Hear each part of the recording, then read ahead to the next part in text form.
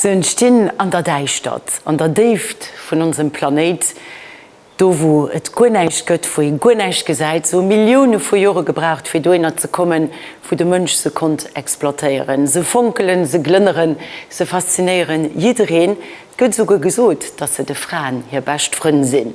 Jetzt geht von den Edelsteinen, den Mineralien. Den Naturmusee huet am August eng Kollektion vun enger rund 1500 Stäng kaf, die zum Deel Lohai ausgestalt gin. Dommer der Wëllkom an der Ausstellung vun Naturmusee from Dark to Light, die man lo zu summen entdecken. Covid oblige muss man natürlich die Vernissage online machen. Gëtt grad gestreamt, dat Site vum Naturmusee an natürlich auch iwwer sozialen Netzwerker, Facebook an den YouTube-Channel vom Naturmusee. Ich bin hofrisch drauf, für ich mat da durchzuführen, und wir entdecken lo die heutige Ausstellung zu summen. Kommt mit! Während der Expo gi ganz viele Sachen thematisiert, notamment den Ursprung von den Stängn. Wie sind Minnen aus? Was bedeutet Stängn? Was sind die verschiedenen Stängn? Was ist die Symbolik auch über die Geschichte, über die verschiedenen Kulturen? Wie exploitiert sie? Und was sind Spezifizitäten von den verschiedenen Stängn? Wie ihr seht, geht es von Diamanten, Rubinen, Saphiren, Emeroden, fantastisch Nimm, die entheiert und die lachen din. Hier seid zum Beispiel schon einen kleinen Eindruck oder einen kleinen Abblick an Minen, weil Minen sind natürlich extrem wichtig, wenn es um Stein geht. Wo kommen sie hier? Amethysten, Topasen, lauter Nimm, über die wir werden schwätzen und die hier Wichtigkeit tun an so einer Ausstellung.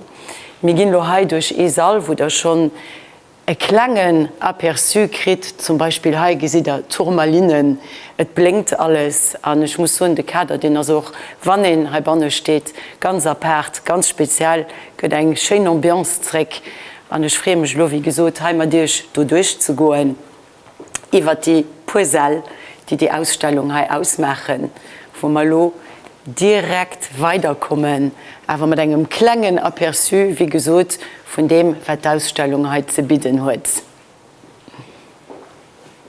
Wir sind hier an den Hauptsaal, wo ich bei einer Person komme, wo ich garantieren, den Funkeln an den Arm hat. Das ist keine andere Person, wie die Gesittenlo geschworen hat, über die Kamera. Das ist der Direktor vom Naturmusee, den Alain Faber. Guten Abend, Herr Faber. Immer auf die Spezifizität von dieser Ausstellung zu schwatzen kommen, manchmal ist es wichtig, einen Appell zu machen, wieso diese Ausstellung eben nicht kommt, normal passieren, wie das immer der Fall ist mit einem richtigen Vernissage, mit Leuten, für was wir gerade gestreamt gehen, virtuell. Ja, wir sind natürlich immer froh, wenn die Leute an das Museum kommen, aber im Moment ist das eben nicht möglich, für die High-Version Gesicht für das online zu machen und den Leuten einfach durch eine Impression zu geben, wie die Ausstellung ausgesehen, und da können sie noch gemütlich während der Zeit, wo es oben ist, dann die Ausstellung besichtigen kommen. Also, da ist mal direkt für Rob, wie stellt er aus? Ja, einerseits sind natürlich hauptsächlich die Stücke, die wir in der Sammlung haben, die sind an dem ersten Teil von der Ausstellung besonders am Vorschein kommen. Und das ist eine Sammlung, die schon relativ lang besteht und die löserlos gewusst ist. Am zweiten Teil von der Ausstellung da geht es mehr um die verschafften Stängel, die geschnitten und poliert sind. Da sind wir natürlich viele Leute kontaktiert, die Stücke gelingt haben, für sie auszustellen. Und da sind wir auch ganz froh, dass wir eine große Varietät von Stücken weisen können. Wie kommen Sie eigentlich zu dieser Kollektion von den Mineralien, die wir heute entdecken, an den Edelsteinen? Ja, eine Mineraliensammlung ist wertvoll, wenn sie alles an das ist der Fall. Also sie geht zurück auf die Aufhängung von einer Société des Sciences Naturelles, die am halben Jahrhundert von 19. Jahrhundert entstanden ist und die damals schon einen Naturaliekandidat hat an dem alten Athenäum. Das war der Ursprung. Die Membres von der Société, die haben ganz kräftig geholfen, die Kollektion abzubauen durch Schenkungen. Man kann den zum Beispiel einen rauspicken, das ist der von Henri Moos, das war ein Ingenieur von Bresel, der man in Lützeburg bestört war, für das Interesse für das Naturmuseum. Und den hat dann geschafft an Italien und an den Alpen einen Tunnel als Ingenieur und hat dann da gesammelt. Und die Sammlung hat ein Musée oder damals der Société des Sciences vermacht. an die besteht im Haut nach an der Kollektion und da sind noch Stecker davon ausgestellt, an anderem dann Granat an Grund. Den ich das gesot den Museum d'Akquisition gemacht wo ganz viele Steine, dat wurde letzten August mit sie ganz viele Steine, die kommen aber aus Brasilien. Verderst du den Kontext? Ja, das nur eben gelehne doch die meiste Kollektion, die wir krit hun, da das eine Schenkung vom eng freieren Mineralog, der Professor war a Brasilien, den sehr ganz lebenlang geforscht hat, ob Pegmatit, Mineralien, das sind die größten Mineralien, die gehen. Zum Schluss, wo sie im Leben hatten, haben wir nach zusammen geschafft mit diesem Mineralog am Haus und dadurch hatten dann die Ausstellung dem Musée Vermeer. Aber wie das bei vielen Schenkungen ist, der Hauptgedanke von den Leuten ist, für zu sagen, ich gehe im Musée, da wird es ausgestellt, da sind auch viele Leute und da können daran Wissenschaftler darauf arbeiten. Und in dem Kontext hört dann noch die Stecker dem Musée Vermeer und was der Hilfe von verschiedenen Leuten, unter anderem der Konsul honoraire von Lützeburg zu Brasilien und dem Ambassadeur zu Lützeburg für Brasilien, den uns geholfen, die Stecker rüberzubringen am Transport, das eben überholt von der Cargolux. Wir haben Klängen aperçu gekriegt, wie wir mit der Kamera durch die verschiedenen Säle gegangen sind. Das ist eine impressionante Ausstellung, wo ganz, ganz viele Sachen dran sind. Aber eben just der Fakt, dass sie impressionant ist, deutet wirklich darauf hin, dass es eine enorme Ekippenarbeit war, für so etwas auf die Beine zu stellen, gerade an diesen schwierigen Zeiten. Ja, ich meine, die schwierigen Zeiten haben ein bisschen matt gespielt, aber die Zusammenarbeit, die trotzdem möglich gemacht und ich meine, wir haben nachher im Museum paar Servicer, die schon ein bisschen Übung haben, diesen Service Museografik, den Szenografie gemacht wird, mit einer Servicetechnik, den bei der Beleuchtung ganz viel geholfen hat. Wir haben natürlich auch den Mineralog, den als Kommissär von der Ausstellung alle gut Stecker sicher gegangen ist, Kontakte gemacht hat, an Sachen wissenschaftlich zusammengebracht hat. Die mussten wirklich während einer langen Zeit eng zusammen schaffen.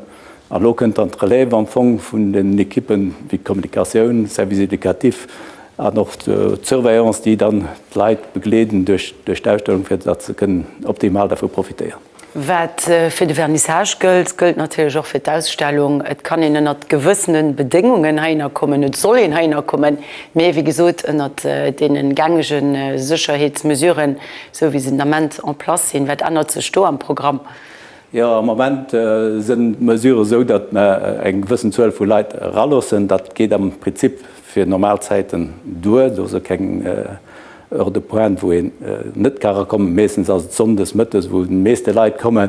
Wir sollen sich ein bisschen informieren, wie dass manche Leute kommen und da vielleicht von den Zeiten profitieren. Da kann auch die Ausstellung gucken, ohne dass große Kontrakte hat von der Visite. Für was Konferenzen anbelangt an Visitideen, da sollen sich am besten in den Internetseite wenden, für die aktuellsten Informationen zu kriegen, wie das soll auflaufen. Dann ist da doch mit alle Sicherheitsmaßnahmen aufgesichert. Also die hat doch ganz viel Resilienz bewiesen, so wie die meisten Leute auch an diesen Zeiten. Am Normalfall, Herr Faber, wird ja so, dass der Kulturminister präsent wird. Sie hat aber die Chance, morgen schon eine Visite zu machen.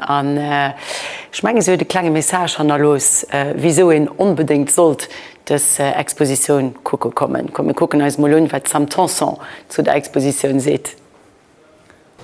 Schönen guten Abend auf diesem bisschen speziellen Vernissage hier am Naturmuseum. Die Kultur muss kreativ sein und das ist auch. Sie muss weiterhin bestehen und weiterhin auch können Vernissagen zelebrieren und Ausstellungen eben zum Entdecken bringen. Und das machen wir heute Abend ein bisschen mehr digital Art, wo das Naturmuseum sich extrem viel mehr gehen hat, für etwas zu weisen, wo sie auch hunderte Kulissen draus schaffen. Das sind dann Mineralien und auch Edelsteine, die dann daraus entstehen. Die Faszination für das blinkische Steine, die sind nicht neu, das gibt es schon hinter Jahrhunderten. Und das gesagt den auch hier an der Ausstellung, wo das Museum nicht nur auf seine eigene Kollektion zurückgegriffen hat, auch auf die Kollektion notamment vom Nationalmuseum, aber auch steckerweise, die zum Beispiel Lützeburger Kreateuren aus diesen Mineralien gemacht haben. Ich wünsche euch ein ganz schönes Découverte und ich hoffe, ihr auch dann ihr Geschwindigkeit können physisch zu empfangen. Soweit also d Kulturminister Sam Tanson iwwer des Exposition, die wie gesot den nowen Vernissage huet dat awer virtuell. Me sinn awer live fir ihr Sto, mé gin noch grad gestreamt, dat wie gesot Sit vum Naturmusee an iwwer die gangeg sozialen Netzwerke, also will hesche Facebook an dem YouTube-Channel och vum Naturmusee. Heichtinnech nief dem Kurateur vun der Ausstellung, dem Konservateur de Minéralogie, Simon Philippot, bonsoir. Bonsoir. Donc vous aussi, vous avez les yeux qui pétillent hein, quand on vous voit à l'intérieur. Vous êtes vraiment dans votre élément ici. Je suis passionné. C'est un métier passion et effectivement, ici, quand je vois cette réalisation, ce qu'on a pu y faire, c'est exceptionnel pour moi. D'où vient votre passion pour les pierres précieuses et semi-précieuses? Depuis tout petit, je collectionne les minéraux. J'ai eu l'occasion de trouver moi-même des minéraux. Puis les études, grâce à certains professeurs, m'ont amené à faire la géologie. Et puis de fil en aiguille, je me suis vraiment dirigé vers la minéralogie. Donc en fait, il y a un fil rouge, on l'a dit tout à l'heure, tout au travers de cette exposition. Combien de pierres sont exposées à l'heure actuelle? À peu près 450. 450 pièces au total, quand on compte l'ensemble des vitrines exposées. On a entendu qu'il y en a beaucoup, beaucoup plus. Comment est-ce que vous arrivez en tant que curateur à faire un choix? Alors on a fait un choix bien sûr par rapport à la diversité des pierres qu'on devait montrer et puis par rapport à la beauté des pièces qu'on voulait montrer. Le musée a reçu aussi des pierres de la part d'une donation. D'un monsieur qui avait des liens assez serrés avec le Luxembourg. Est-ce que vous pouvez nous parler de cet élément? Du professeur Kazdan, c'est effectivement quelqu'un que j'ai rencontré il y a maintenant à peu près 20 ans. C'est devenu un ami. On a fait plusieurs voyages ensemble sur le terrain dans le cadre de missions géologiques ensemble, visiter des mines. Et il a visité le musée. Quand il a vu la manière dont le musée était géré, il a décidé de faire don de toute sa collection au musée. En parallèle, on a fait un livre ensemble, un livre d'à peu près 600 pages, qui représente toutes les gemmes, donc ces pierres précieuses du Brésil. Et maintenant que la collection est chez nous, toutes les pierres figurées dans le livre se trouvent dans nos collections. Donc vous êtes vraiment très très fiers d'en parler ce soir, ça se voit, il y a une certaine émotion. Et je pense aussi qu'il y a une émotion par rapport à un coup de cœur. Donc vous avez dit, vous êtes passionné depuis toujours par le sujet. Oui. Quel est votre coup de cœur et pourquoi? Donc je pense qu'il est juste à côté de vous. Juste deux coups de cœur. Le premier, on va dire, c'est cette topaze bleue qui est exceptionnelle par la forme, de par la mine de laquelle elle provient, parce que c'est une mine qui est maintenant tout à fait fermée. C'est un cadeau qui a été fait au professeur Kazdan parce qu'il travaillait en collaboration avec les mineurs. C'était quelqu'un d'humain qui travaillait en direct avec les mineurs. Et c'est une pièce qui est vraiment exceptionnelle de par sa qualité. Quand on la regarde bien en détail, il y a vraiment une zone bleue qui est encore plus marquée à l'intérieur, qui décrit la zone de croissance du cristal. Donc, la forme est magnifique, la couleur est magnifique. Donc c'est ça qui est significatif en fait d'une très belle pièce. D'une si très je belle comprends pierre, bien. oui, tout à fait. Comment est-ce qu'on arrive à inclure toutes ces pièces au sein d'une seule exposition? Les inclure au sein d'une seule exposition, c'est un travail de choix. Tout d'abord, on doit établir des thèmes. On a voulu parler d'abord des pierres plus basiques, donc des quartz, des améthystes, vous les avez vus au début, parce que c'est les premières pierres qui ont été travaillées, notamment par les Romains. Et puis ensuite, passer à travers les différentes pierres précieuses et surtout montrer aux gens qu'il n'y a pas que le diamant, le rubis, le saphir et l'émeraude, mais qu'il y a une variabilité énorme de pierres précieuses qui sont souvent méconnues du public. On va vous voir tout à l'heure. Merci donc au curateur de l'exposition From Dark to Light. On va continuer notre petit parcours, mais vorhin noch so ein bisschen führen an der Ausstellung. And I'm going to switch to English now because I have the honor to stand next to Peter Lickberg. Good evening. Good evening. Good evening. So you're a private collector and you're a big expert on mines and also on gems. What's the importance of knowing what mine you're dealing with and where the gems come from? Well, it's very important, but for both me and Dr. Filippo, the main thing is the geological context. So all these things were formed. We have here 1.7 billion years ago, 100 million years ago. So what is important, the Earth compared to other planets, it is that our Earth has 5,800 minerals discovered so far, while other planets have 5,100 minerals. And it's because we have plate tectonics, we had a huge development of, we have 92 naturally occurring elements. And some of the ones we're showing here are the smallest ones, lithium, beryllium. And the first mineral that was formed in the universe was probably diamond, because that's the one that occurs natural. It's one of the smallest elements. And here is beryllium, beautiful heliodor crystals. And of course, for us, if you don't know exact origin, it doesn't have the geological context, which in fact it's not interesting. We analyze the geochemistry of specimens, we look at the inclusions, exactly what temperature, the depth they were formed. And for instance, this deposit in Ukraine, so we're speaking here about two European deposits, Urals on the other side here. They're mined 1,900 pegmatites. Inside the granites were these blobs of highly enriched with elements that are not compatible in normal granite, which is lithium and beryllium and fluorine and so on, and many rare elements. And these are very important, especially nowadays in high technology. Everybody knows about lithium battery. Some people ask you, why are those minerals important? The whole modern society is based that we take care of the minerals and we understand them. And even in a pegmatite like this, you can find other ore deposits. You can find minerals if you study the structure that will give you huge applications in technology. So it's really important, the scientific value that's taken out of all this, of the mines and of the gems, is really something that's bringing humanity forward as well. Absolutely. And if we look here comes a historical importance. Here are mines that were started in 1668 in Russia, and I'll just show you here. For instance, this little aquamarine heliodor crystal, the small green one, it came with a Russian geology student to Germany in 1774. So it's documented, and that's another historical part. Each piece here, this one was found 1962. We have other pieces here that were found long time ago. So we know exact origin. This came in 1991 from 12-meter depth, pocket 133 in Startseva-Jama pegmatite. So this was found in the winter 1899-1900, 22-meter depth. Why is that important? Because in the Urals you have pegmatite fields, hundreds of them, if you know exactly which one. When you want to study one vein, it gives, you study the geochemistry within vein system, and it gives you an idea how things formed, and also for the future. Now, for instance, in the Vosges Mountains, not far from here, we have granitic systems with pegmatites, with all the elements we need for the future.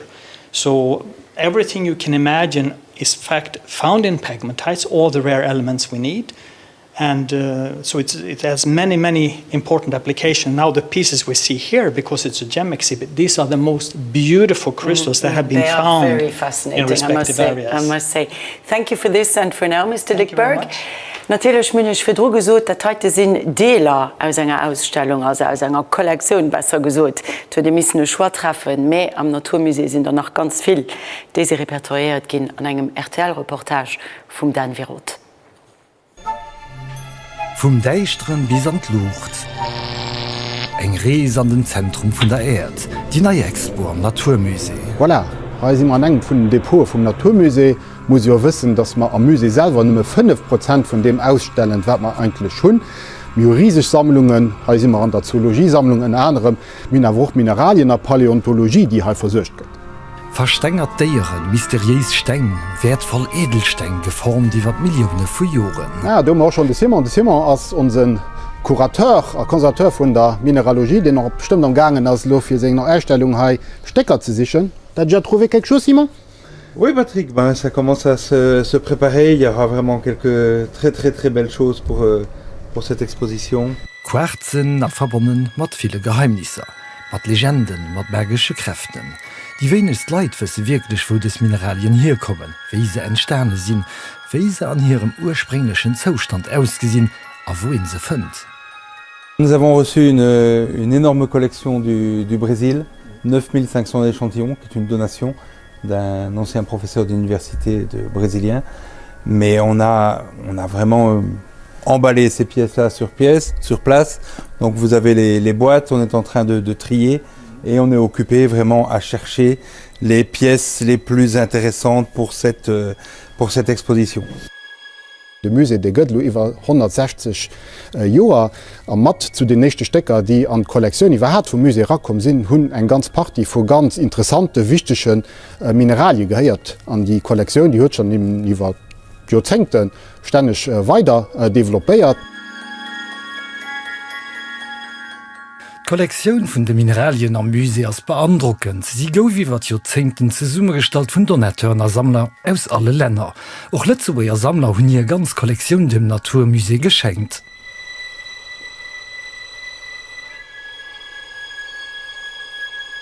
Il y a d'autres minéraux, des minéraux qu'on appelle ici les micas, en luxembourgeois c'est glimmer, et vous voyez cet aspect glimmer, on le voit très bien, et toute une variété de couleurs aussi dans ce genre de minéraux qui peuvent contenir du lithium. Et vous savez que dans les voitures électriques, on en parle assez bien en ce moment. Je vais quand même vous montrer des pierres qui sont intéressantes et toujours très impressionnantes. C'est ce qu'on appelle les météorites, donc ces pierres qui tombent du ciel.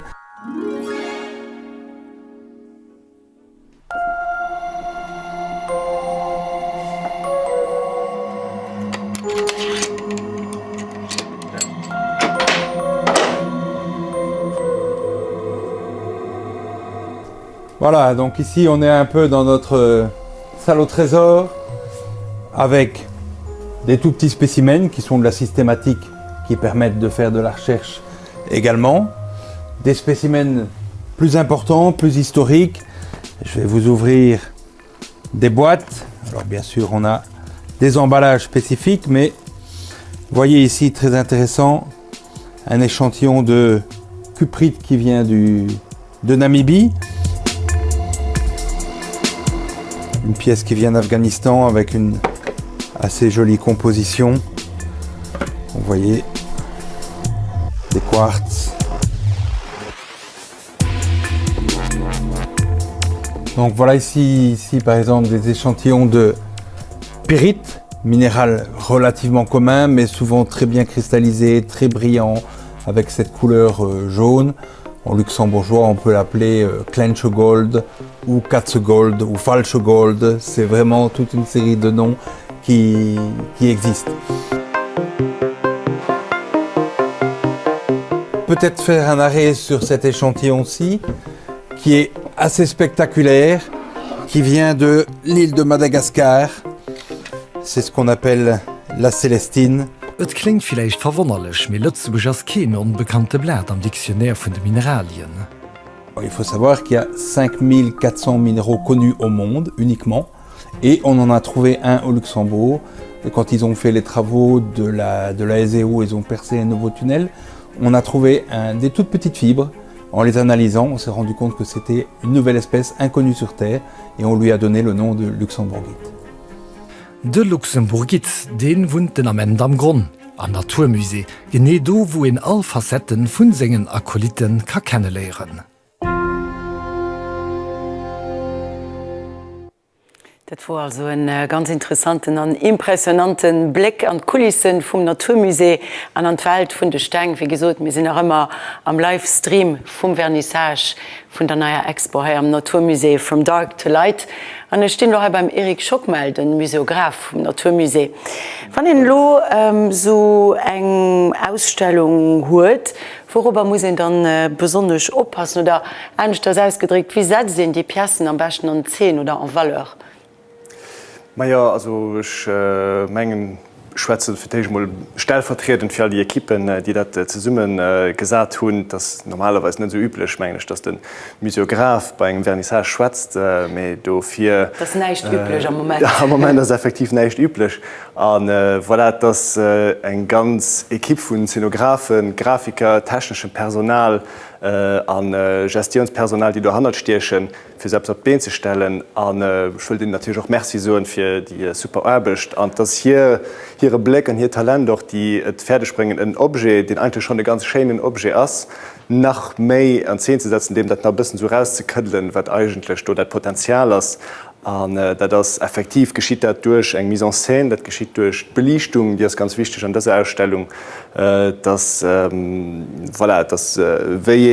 de Schwa trifft zu summe am Kuratier natürlich für die Objekte bei zu stellen. An wat Mëch als Museograf besonnech interesseiert, dat das effektiv denen Objekten, die ganz schécher sinn, vielleicht awer danach en extra Dingcht ze lechten an den Kontext zu setzen, also hin gewissen Sinn zu gehen, da seht, das net nimme schönen Objekt, mir wat kann als nach so das eng kulturell Geschichte die han drchtecht, das eng wissenschaftlich Geschichte genau das wirklich dat sind Objekte die Geschichten hunner Geschichten erzählen an dat an 10 zu setzen, dat das am Fong dat wat mengglisch nach die Plus-Value as die iwwer dat de Schenen Objekt rausgeht. Per Definition as de Schenen Objekt auch etwas wertvolles, also es ginge ja net edel stehen heechen. Wat das dann nach etwas, wat ertärt Muséer schloen deet beim Sujet? Also ich ginn dat ganz ehrlich zo echt so als Laien zum Sujet kommen. Also ich war fir de Runde net extrem bewandert an der Mineralogie, an dofir hunn Stadt auch bisssen so au fur et à mesure entdeckt, wie man die Erstellung entwickelt hun. An das natürlich immer gut fir selber sich Sachen so zu erklären, weil dann wese nämlich auch, dass in Hanno engem Publikum, der vielleicht nicht schon dat Vierwissen hört, dat auch mal op de Weg gehen an wat mech, also sie wirklich impressionant Objekte dabei, mir wat mein Herz vielleicht méi schlo lässt, das heißt doch den unscheinbaren Objekt, also hun an der Sammlung. An noch an der Ausstellung am echte Saal Hummer so eng Vitrinen mat zwee ganz klenge, ganz unscheinbaren Emeroden, die fir mech perélech fleit so en Highlight sinn noch van se net ausgesinn, mir dat sinn Stäng, denen hier Konditionen wéi déi entsterne sinn, die sind so spezifisch an so onwahrscheinlich an dat soviel missen zum richchten Moment, die wat ganz lang Zeit ze Summe spiele fir das Day so entsterne sinn an hoffe natürlich das lo. Ich will net soviel Spoiler ha rausgin, mir hoffe natürlich das Leiit hin kommen an doch dann ha entdecken, weil das wirklich schon ganz interessant wat verschiedene von den Objekten stöcht. Merci also dem Museograf vom Naturmusee de Merik Schockmel an Stremelo bei Marianne Hoffmann. Die sind responsabel vom Service éducatif am Naturmusee. Die Themen, die hier geschwert gehen, sind nicht immer einfach zu verstehen. Es geht ganz viel an Geschichte ran, geht an Geologie ran. Wie wollt ihr da das Thema dem jungen Publikum mitbringen? Ja, wir hatten als gedacht, wir fangen mit Sachen, die Kinder oder auch den Grand Public am Allgemeinen aus ihrem Alltag kennen. Das heißt, Kinder kennen zum Beispiel Geschichten, wo Schätze drauf hier kommen. Oder zum Beispiel, was sie bei uns kommen, dann die mal hin eine Krone ob mit Edelstein oder sie gehen verkleidet oder sie fühlen sich dann mit Bijou wie eine Prinzessin und dadurch können sie auch die Symbolik von den Edelsteinen verstehen. Wir fragen sie dann am Anfang, wie wert fühlst du dich so ernst? Und dann merken sie, dass sie sich ernst fühlen, weil das so kostbare Steine sind. Und dadurch kommen wir dann eben weit mit ihnen. Was fragst du dich, oder will es mehr spezifisch anzugehen, weil das ja wie gesagt schon eine helle Wohl aus Sujeten, die sie bieten bei seiner Ausstellung. Ja, wir gucken natürlich auch für viele Experimente zu machen, für zu gucken, wie Wurst Kristalle oder wie können wir aktiv mit ihnen drunter gehen. Wir gehen natürlich auch ganz normal durch die Ausstellung, wir gucken uns die Schächte an. Die machen nicht einfach Visiten, also die Kinder sind hier am Museum immer und den Expositionen beteiligt. Ja. Was tut das will es mit ihnen? Ja, wir gucken.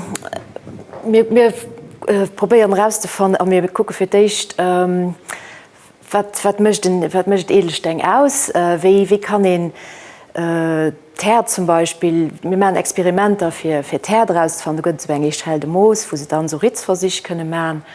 Wir werden auch noch selber noch Edelstein sichern. Wir herausfinden, dass am Schustregard, hier auf dem Museum, da sind da Schatz verstopft, und wir werden mit den Kindern die Schätze vom Edelstein sichern, und da müssen sie Sand siften, und hier, das dauert lang, und selber wie hier Stein fangen, und da können sie auch jemand heimholen. sie sind ziemlich aktiv, aber ja. Informationen also iwwer den Service edukativ, die ginnet natürlich dann noch online an noch ween sech an diesen Zeiten zu beholen. Heute Merci Marianne Hoffmann. Heifir an dann gi Mariva bei eng einer Person, die sich net Manner auskennt, mat den Edelstängech begreessen Madame Kindchen, Ingrid Kindchen, bonsoir. Bonsoir Natacha. Donc vous êtes en fait, vous travaillez les pierres précieuses et vous avez un œil très averti parce que vous arrivez à reconnaître le vrai du faux. Oui. Alors c'est un peu plus compliqué que reconnaître le vrai du faux. Je vais vous emmener en voyage par exemple en Colombie. Donc vous recherchez une émeraude naturelle évidemment. Alors pourquoi je dis émeraude naturelle? Parce que voilà, on est dans le faux quand on parle d'émeraude de synthèse. Donc il y a des émeraudes synthétiques, mais on peut également vous proposer de l'artificiel, du verre aussi, ou même des pierres naturelles mais qui imitent l'émeraude. Est-ce que les différences se voient à l'œil nu? Alors non, bien sûr on passe par différents instruments. Donc la loupe d'abord l'œil, ensuite on utilise la loupe. Par exemple, dans des pierres synthétiques comme les saphirs qu'on vous présente ici, avec la méthode Verneuil. Donc la méthode, en fait, ça se dépose par petites couches. Et toutes ces petites couches, quand on a la pierre taillée, on la regarde à la loupe, on voit des stries courbes. Donc là, on voit que c'est un saphir synthétique. On peut également avoir des petites bulles, comme dans le verre, on a également des bulles. Quelles sont vos expériences justement dans cette matière? Est-ce qu'il y a beaucoup de gens qui prennent un avantage ou qui essayent de vendre justement un synthétique pour un vrai? Ah oui, quand on arrive dans le pays, même si on se présente comme gémologue, on est testé et on nous présente bien évidemment des pierres de synthèse ou du verre. Donc un touriste dans la rue, on lui propose tout et n'importe quoi malheureusement. Vous êtes également créatrice de bijoux? Alors mon partenaire est gémologue et artisan joaillier de formation et de métier. Donc oui, on a créer des bijoux et d'ici peu on dévoilera en exclusivité une collection qu'on a créée pour cette exposition de la mine aux bijoux. Et j'ai déjà trouvé la salle où se trouvent ces bijoux, donc je vous invite à m'accompagner. Wir gehen also lo an den letzten Saal von dieser Ausstellung, wo es an der Hauptsache um Kreation von Bijoux geht. Und da wird gesehen, dass relativ beeindruckend durch die ganz vielen Namen von Leuten, die eigentlich zum Teil auch gar nicht so alt sind, die alle guten Bijoux kreieren. Madame Kindchen, emmenez-nous vers votre vitrine phare.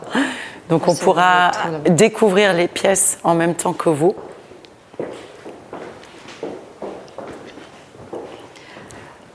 Donc toutes les pièces que vous trouvez dans la vitrine et notre collection sont faites à partir de pépites. Donc des pépites de Madagascar. Donc là vous avez des boucles d'oreilles avec des zircons du Cambodge et de l'or donc de Madagascar avec un petit pivotant. Également les 3 cercles que vous voyez dans la boucle d'oreille peuvent pivoter. Ici, vous avez une bague avec de la stibiotantalite. Donc, vous voyez, là, on a le cristal qui est extrêmement rare et on a pris une partie de ce brut qui a été facetté pour être monté en bague.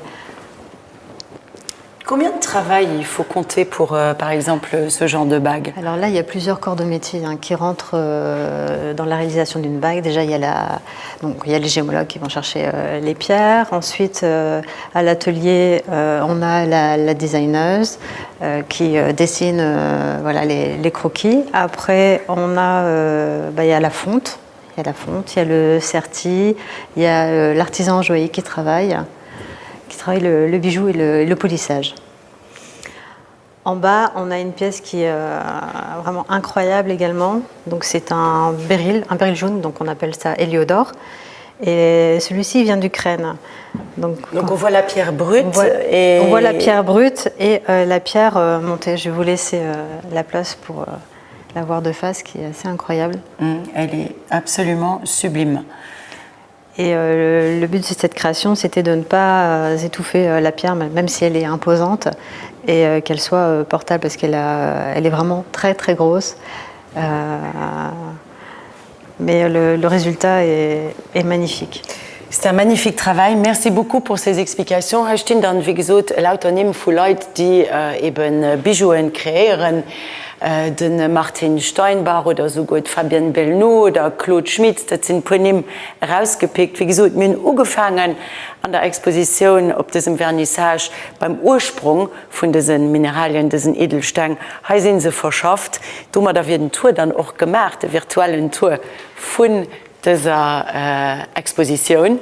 Und ich gehe noch kurz zurück bei natürlich dem Direktor vom Haus, dem Alain Faber. Und auch natürlich dem Kurateur, dem Herr Filippo. Rebonsoir. Rebonsoir. Wir hoffen, dass die Tour euch gefallen hat. Die Tour hat mir enorm gefallen. Es kann ich nach Stunden drüber schwatzen. Ich meine, das Beste, dass die Leute kommen an das Museum, für selber die Ausstellung zu sehen. Voilà, das Museum ist ab von Donnerstags bis Sonntags, also von 10 bis 6. Es hat also viel Zeit, und die Ausstellung dauert bis den 6. Juni. Also jeder kann das auch abprogrammieren, für dann in Gelange zu kommen. Es sind noch Ateliers, sonntags meistens, die proposiert sind, da kann ich sich immer informieren, was gerade läuft.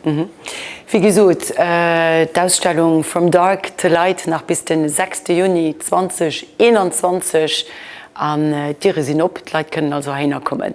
Vielmals merci, dass die Tiere abgemacht hat, auch wenn es nicht virtuell war heute Abend. Merci für die Faszinantrice eben Ostertes Expo. Merci vielmals. Ja.